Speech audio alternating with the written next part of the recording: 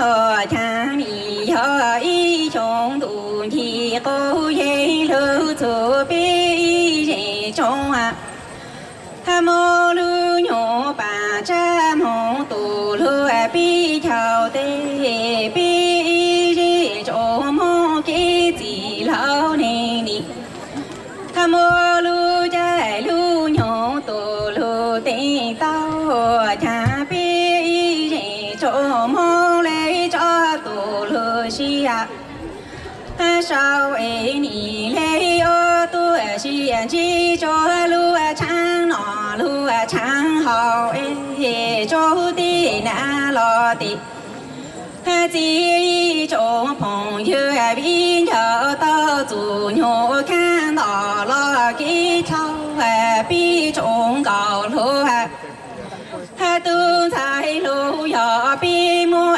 cái chi thâu chi mong tu lu tao cho lo bi chi thâu tu xin đạo tu mong nhớ rằng dùng chia rồi ta nào nè cho lên số tủ. No, Maya, you're good. Yeah, they're good. You're good. Okay. Good morning. Happy New Year's. Rồi gì nở pe, khả năng chơi pe châu, đó rồi trồng, cho nó châu hòa. Nở pe trồng mông nhớ rồi luôn trồng một sen nọ, pe trồng chia chạy to. Nè cho nó châu hòa thó lên cho tủ tôi cũng pe trồng luôn nào.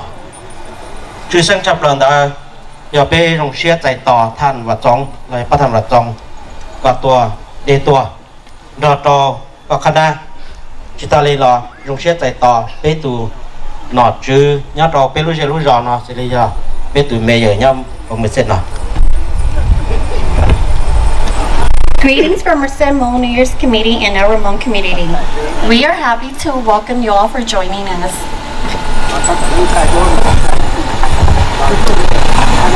Trong áo phá nâng ngọc lâu tư thầu mô là áo phá nâng ngọc chi lo yếu cho sẽ sai toàn tên nào đàn thò bê trồng làm bê bê sẵn chia trồng cho nó cho ủa nhau luôn trong một sen nào bê rồng xia chạy tỏ than và trong thia than mấy giờ nê tuổi khi bê lu bà chế bê châu rồi bê trồng mong là mình bê sẵn nhau luôn trong nó để tu tên xài tàu tuồng một băng một đùa một trâu.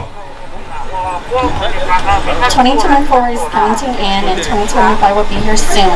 All the Hmong leaders and the citizens of Merced would like to invite Mr. Van Zong Ring and our mayor to come and say a few words to welcome the new 2025. Thank you.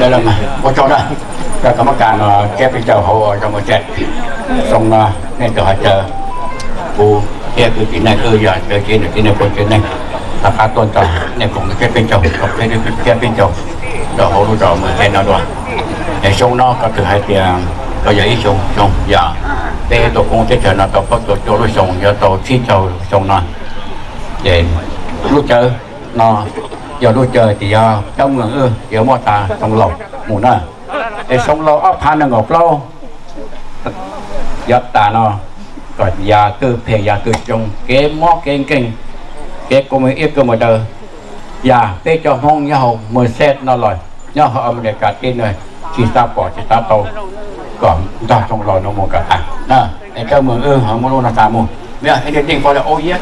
Yes, sir. Thank you. Thank you. Happy New Year, everybody. On behalf of the city of Merced, I want to welcome everybody to the 2024 Hmong New Year celebration. This is where we come and we honor and say goodbye to 2024.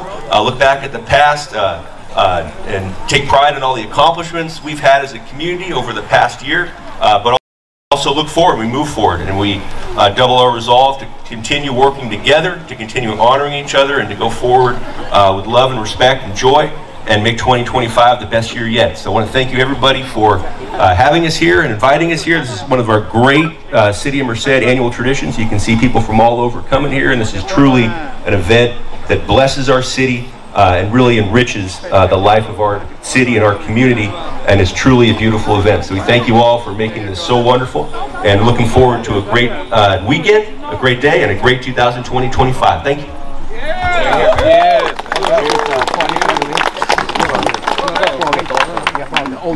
Okay. You don't have to think.